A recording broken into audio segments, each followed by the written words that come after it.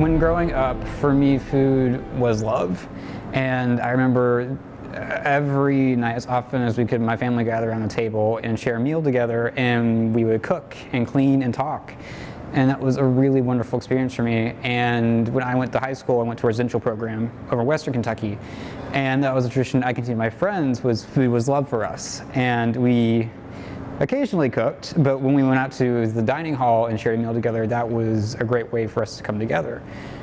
And coming to the University of Kentucky, I saw a need for service in my life, and I started hearing about food insecurity in our community. And that something that had been so important in my life is that language of using food as a tool and having it be a centerpiece of my community, not being there for other people. It was hard.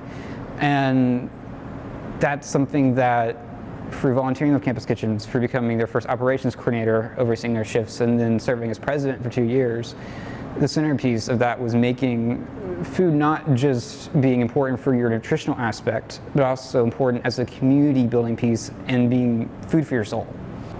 Yes, so as a freshman, like some of us are required to volunteer on campus, and I honestly did not entirely know what I wanted to do, but I had a friend who was a sophomore at the time, and she mentioned, well, I know you like cooking a lot, because at that point I'd already made some food for my friends, and she mentioned there's this thing on campus that's trying to get its started, and it was the campus kitchen at the time. And so I started asking around, and she directed me to,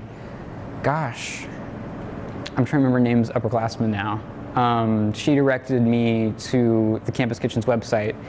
And at that time, we didn't have a volunteer coordinating system set up. We did not have an email listserv. We didn't even have really a Facebook page. And so my first shift that I volunteered for, it was a friend of a friend had sent me their phone number, and she texted me and she said, okay, we're gonna be meeting at the Commons Dining Hall at 8 a.m. on a Monday morning. Can you be there? And I'm thinking, gosh, 8 a.m. on a Monday morning. Who would want to go to a dining hall to pick up food that you wouldn't eat right then and there at 8 a.m. in the morning? And I'm like, you know what? Sure, that sounds great. I get there, and it's me and Ash and her car, and it's just the two of us. And it was our first recovery there for the semester, and oh my gosh, they had at least 8 pans of food, and we did not know what to do with it. Because I don't think it had crossed our minds that we would recover that much that quickly. And they had vegetables, they had some chicken they had served the night before, and we had our tinfoil pans, because at that time we hadn't switched over to reusable containers. So we had aluminum pans, and we put the food in there, labeled it, and then we took it back here. And at that point we didn't have this really nice space around us with some fridges in the back.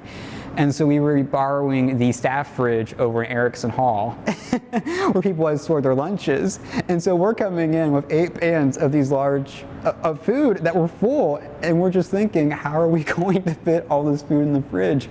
And I think it was that moment where I saw where not only was there a need to recover food that was perfectly good, it just wasn't what was in the menu anymore.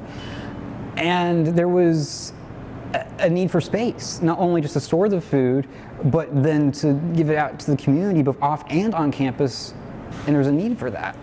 And that semester, I volunteered as many shifts as I could with recovering and cooking the food and delivering it, getting to know people throughout the process, and not just seeing a need for food as a way to build community around a table, but food as a way to build community in all aspects. And from there, it was really hard not to stay involved, because that community was just something where I saw myself, there is a need to be involved, and it's incredibly hard to not want to be involved in something when there's a need for you to be there. Yeah, so I think it wasn't me actively seeking out leadership roles, it's more so there just was a need that grew over time.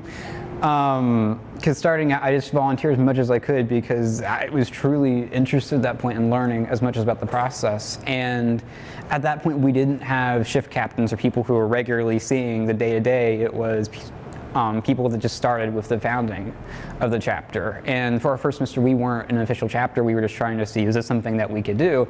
And very quickly, it was evident that yes, this is something that we could do, and there is a need for us to keep on doing it. And through that, I had been attending shifts a lot, and so I think that was around the time where Amanda Heggie reached out to me, and she said, "Hey, do you want to, do this as a regular thing and help train other volunteers?" I'm like, "Yeah, sure, why not?" And so I started leading a cooking shift, and then I still assisted out with recovery shift in the morning. And I think at that point she realized I was hooked and that if she asked me to do anything, I was more than likely to say yes. And so I quickly became known for my kitchen voice because I was very stern if you weren't holding a knife correctly. Because the last thing I wanted was for someone to have a little accident with a knife. And I think that was when we realized that maybe a more formal training would have been good, is making sure we had regular volunteers that knew the ins and outs of a kitchen, made sure the food remained safe, and also they were so inspired and energetic about this work, they could pass on that enthusiasm to the volunteers and ensure that not only was our own good work sustainable, but that wherever students went after they graduated, they could still be involved in their community in a meaningful way and pass on the skills they learned here to their own community tables. And so that first semester, we had a number of meetings with trainings, and in the following semester I became the first operations coordinator, which involved planning all the shifts, recruiting all the shift captains, and continuing on that training. So I worked with it for all 4 years of my undergrad. I was just a regular volunteer for the first 6 months, and then I served as operations coordinator for a year and a half. And then I was selected as president for my junior and senior year. Yeah, so there were 2 large impacts. The first one I definitely saw was being creative with your food and interacting, being more involved with your food system, whether that be going to your farmer's market where we did some recoveries, or wanting to build your own food system in your backyard, which involved revitalizing the Gaines Community Garden. And so that grew into using the stuff at the community garden for cooking classes, which we started gathering at the table with Food Connection, and really building a community that didn't just see campus kitchens as being a place to volunteer, but a community hub of involving food as a fellowship.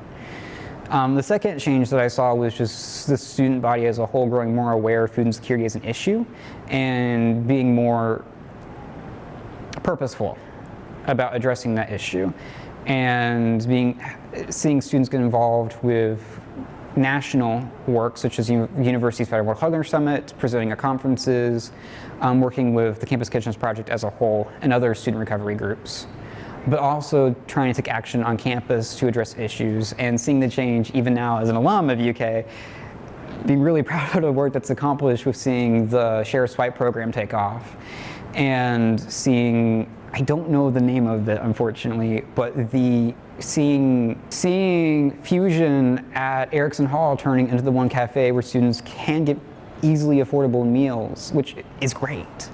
And hearing and reading recently that you can now as a basics needs coordinator overseeing the Basics Needs Center, which is absolutely wonderful. If I had to reduce it down to one thing, this is extremely oversimplifying it, but if I had to reduce it down to one thing, I'd probably just again reiterate that sense of community that comes not just from doing work that betters your community and taking responsibility for a problem that is in your community, but building those connections with people that are doing that work, and also building community with those people that are on the receiving end and working to empower them, so that way it's not a cycle of poverty and insecurity.